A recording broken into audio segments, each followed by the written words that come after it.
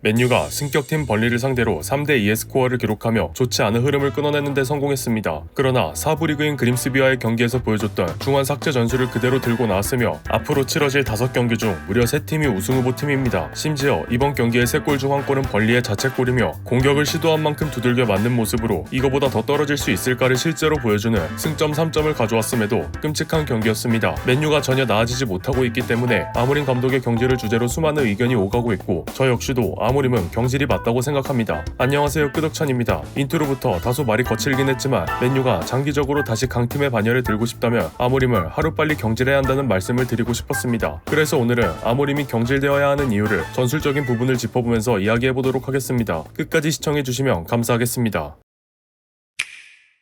첫 번째로 뽑아볼 이유는 빌드업에서 중원이 삭제된 것입니다. 스포르팅 시절의 아모림은 3선을 통해 공을 센터 서클까지 전진시키고 미드필더의 넓은 시야와 패스를 이용하여 공을 윙백에게 전달하고 측면을 통해 전방까지 침투합니다. 박스 안에서 이선이 공을 받아 직접 타격하던가 요케레스에게 공을 건네주어 마무리하는 방식이었는데 맨유에서는 첫 번째 작업인 3선을 통한 작업이 생략되어 있습니다. 최후방에서 윙백으로 공이 바로 전달되기 때문에 빠르게 좌우 간격을 넓힐 수 있고 보편적으로 팀에서 가장 빠른 선수가 위치한 포지션인 만큼 신속한 공격이 가능하다는 장점이 있습니다. 그러나 이는 몇 가지 위험성을 동반합니다. 중원을 생략하고 다이렉트로 공을 받기 때문에 간격을 벌린 윙백이 의도치 않게 고립될 수 있습니다. 또한 최후방이 포백이 아닌 쓰리백이기 때문에 전방이 막혀있다 해도 공을 뒤로 빼는 걸 리스크가 있어 전진 말고는 답이 없는 배수진과 같은 방법이며 전방으로 공을 성공적으로 운반한다 하더라도 다시 박스 안으로 공을 집어넣어야 하는 마지막 관문이 남아있습니다. 번리와의 맞대결까지 포함해서 아모림은 이 전술이 먹히지 않음에도 어떠한 전술의 변화 없이 우직하게 밀어붙이기만 했는데 이는 상대팀 입장에서 뻔한 공격 패턴이 되었습니다. 측면 혹은 윙백만 성공적으로 막을 수 있다면 맨유는 선수의 기량만으로 공격을 시도해야 하고 이는 곧 공격 시퀀스의 완성도를 현저히 낮추게 됩니다. 막말로 저는 맨유에서 가장 창의적이고 도전적이며 가장 패스를 잘 주는 선수는 브루노라고 생각합니다. 2선이든 3선이든 플레이메이킹 역할을 맡기면 최소한 1인분은 할 것이란 생각을 가지고 있습니다. 실제로 지난 시즌 맨유가 중원으로 공을 투입하기도 전에 후방에서 쩔쩔매고 있으니 브루노가 직접 내려와서 공격 작업을 도와주기도 했습니다. 브루노가 1차 빌드업의 중심이 될 경우 장점은 다음과 같습니다. 첫 번째로 수적 우위입니다. 브루노가 공을 먼저 잡기 때문에 공을 전달받기 위해서 양 측면의 윙백은 무조건 간격을 좁혀야만 합니다. 더리우트 혹은 요로가 패스 혹은 킥으로서 빌드업에 참여하고 아직 복귀하지 않은 리산마 또한 빌드업에 참여하기 때문에 수비수도 어느 정도 전진을 한다 가정하면 윙백 둘, 3선 미드필더 둘, 전진에 있는 센터백 1명까지 5명의 좁은 공간을 형성,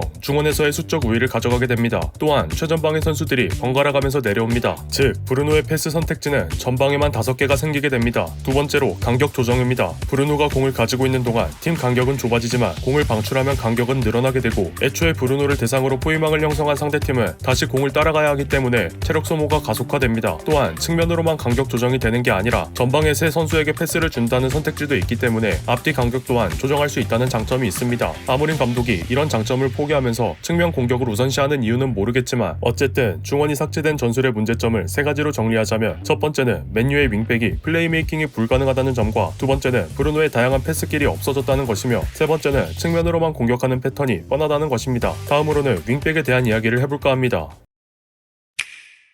직전 챕터의 마지막에 중원을 거치지 않는 문제를 정리하며 첫 번째로 윙백이 플레이메이킹이 불가능하다고 했습니다. 윙백을 어떻게든 까내리는 게 아니라 정말로 그런 상황일 수밖에 없기 때문입니다. 말씀드린 것처럼 첫 번째로 고립의 위험성이 있습니다. 중원을 안 거치고 넓게 벌린 측면에서 공을 받기 때문에 이미 수비가 2명 이상 압박하고 있다면 그대로 역습 상황으로 이어질 가능성이 있습니다. 두 번째로 아마드, 도르구 둘 다 단독 돌파가 불가능합니다. 제가 축구를 본 전체 기간 중에 단독 돌파가 가능한 측면 수비수는 정확히 셋이었습니다. 레알 마드리드의 마르셀루, 바르셀로나의 다니 알베스, 인텔의 마이콘. 굳이 이들의 유형을 나누자면 따라잡지도 못할 미친 속도를 가지고 있던가 수비 자체를 무력화시키는 발밑을 가지고 있던가인데 맨유의 윙백은 어느 유형에도 해당되지 않고 오히려 주변을 이용해야 하는 쪽이라 생각됩니다. 막말로 도르구는 스프린트 외의 능력은 기복이 심한 편이고 디알로는 근본이 2선 자원이기 때문에 수비적 능력에 큰 기대는 어려우며 아직도 은배모와 동선 정리가 필요한 상황입니다. 반복해서 말씀드리지만 선수를 비하하려는 게 아니라 맨유는 기대면 안 되는 선수들에게 공격을 맡겨놓고 공격이 잘 되길 바라는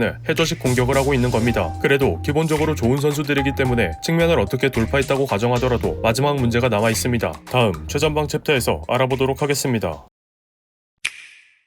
이번 챕터는 아무리 잘하는 선수들이라도 맨유에 이적했을 때 소위 말하는 맹구와 맹적화가 된다는 밈을 제 나름대로 이야기하는 챕터가 되지 않을까 합니다. 쿠냐는 24-25 시즌 프리미어리그 15득점 6도움, 은베모는 20득점 7도움을 기록했고 2명의 공격 포인트를 합하면 35득점 13도움인데 맨유의 지난 시즌 프리미어리그 기록이 총 44득점입니다. 어시스트 수치를 빼고 보더라도 맨유가 영입한 단 2명의 득점 기록이 팀이 기록한 득점의 거의 4분의 3을 기록하고 있습니다. 그래서 쿠냐와 은베모가 기대한 만큼 득점을 하고 있냐면 전혀 아닙니다. 말씀드린 대로 도루구는 스프린트 외의 능력이 기복이 잦습니다. 그 중에서도 공을 내주는 판단이 느린 편이며 측면에서 공을 건네받았을 때는 이미 죽은 공일 확률이 높습니다. 또한 동선 정리가 필요하다 했던 오른쪽도 마찬가지입니다.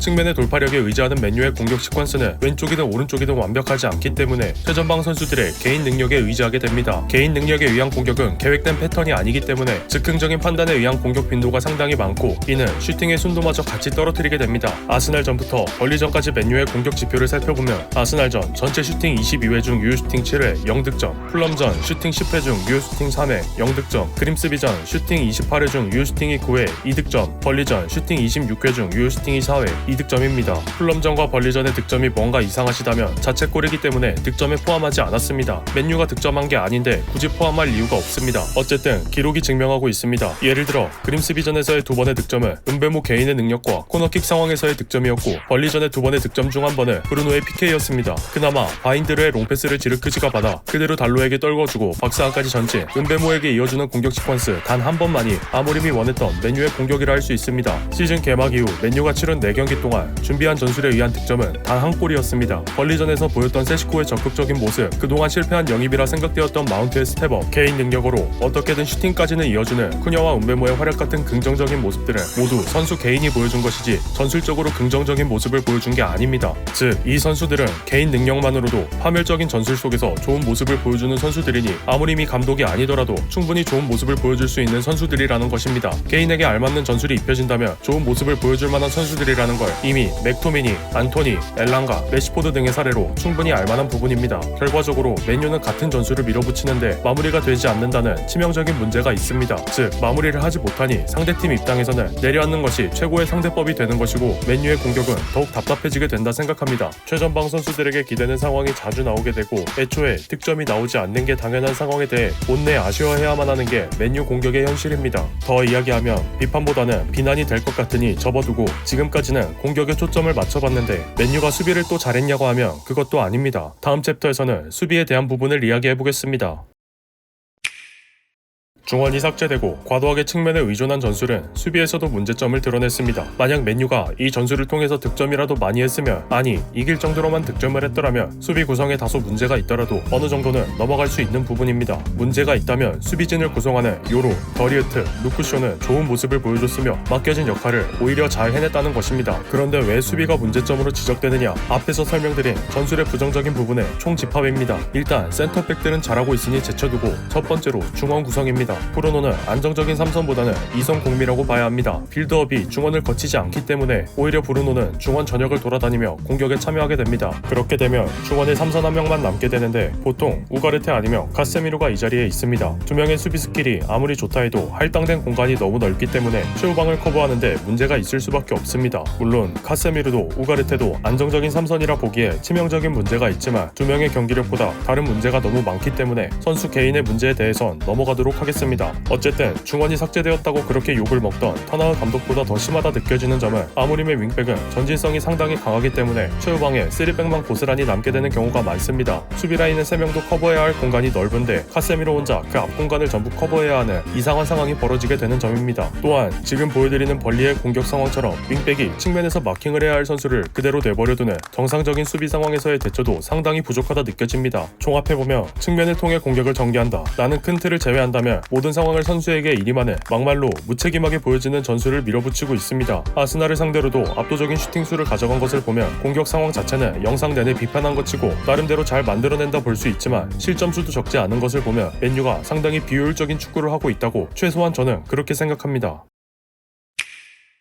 아모림이 스포르팅에서 아스날, 맨시티 등 강팀을 상대로 승리를 거둔 전적이 있는 만큼 감독으로서 능력을 폄하할 생각은 하나도 없습니다. 그러나 맨유에서 보여주고 있는 모습만큼은 실망 그 이상도 이하도 아니었습니다. 맨유에 쓸만한 삼선 선수가 브루노 한 명뿐인 것은 감안해야겠지만 그것과 별개로 극단적으로 전진하는 전술만 고집하여 내려앉는 전술을 중심으로 하는 중위권 혹은 중하위권 팀에 전술적으로 잡아먹히는 게 대부분인 것은 마땅히 비판받아야 할 점이라 생각합니다. 아르네 슬롯, 펩 과르디올라, 토마스 프랭크 등 전술적으로 본인의 확고한 철학을 가지고 있는 감독들마저도 상황에 따라 전술을 유연하게 변화시키곤 합니다. 지금까지 맨유의 전적이 어찌되었든 빠르게 팀 분위기를 바꾸고 싶다면 최소한 저는 더 늦기 전에 아모림을 경질하고 대책을 찾아보는 게 맞는 것 같다고 생각합니다. 그 포스테코글루도 전술이 간파당하기 전까지 프리미어리그에서 충분히 먹히는 전술을 준비했는데 최소한 포스텍처럼 하나의 전술만을 밀어붙일 거면 지금 같은 이상한 중원 삭제보다 다양한 변수를 창출할 수 있는 방법을 찾아야만 합니다. 오늘 영상은 여기서 마치도록 하겠습니다. 끝까지 시청해주신 여러분들께 감사의 말씀을 드립니다. 영상이 재밌으셨다면 구독과 좋아요, 알림 설정까지 부탁드립니다. 더 좋은 영상으로 보답해드리도록 하겠습니다. 감사합니다.